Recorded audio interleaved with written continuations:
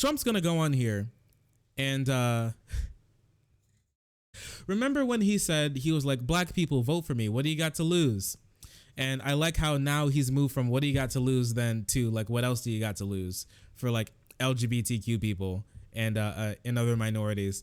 And here's Trump talking about how I guess he's gonna say that, you know, back when he lived in New York, what made New York great was the draconian racist policy of stop and frisk. Written for last weekend.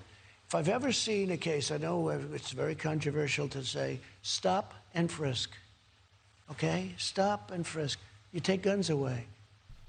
Chicago is the greatest example I think I've ever seen of that. Rudy Giuliani was a great mayor. He did it in New York. He started it, and it worked great. Bloomberg blew it because he went crazy with it, and you know, ultimately he took away a lot of rights and it wasn't a good job he did.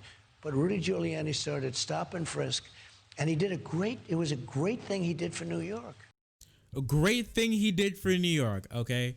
My family lived in New York. We moved from New York, okay? I was a little baby. I was actually across the Brooklyn Bridge when the towers fell. I was in New York for a while, okay? So stop and frisk is where the police just walk up to you and they're like, I will be searching you and everything you own right now because I feel that way, okay?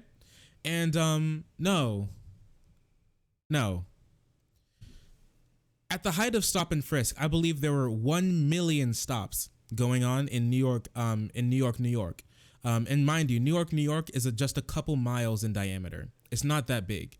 People would be walking around the street and be stopped multiple times a day, every single day.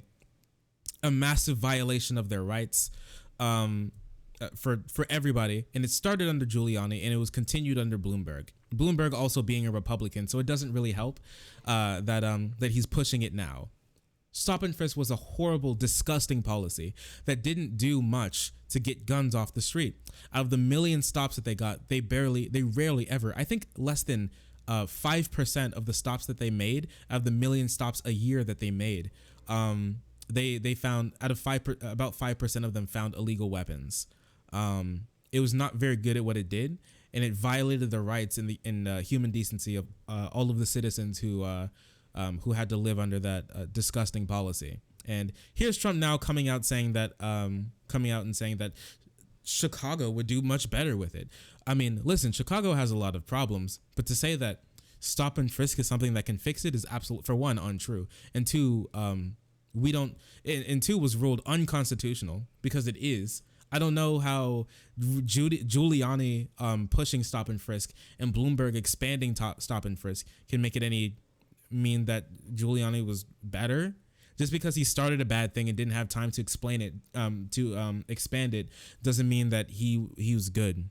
Giuliani's a horrible person, as well as Bloomberg. And Trump is now for supporting it, but I wouldn't really expect anything more from him.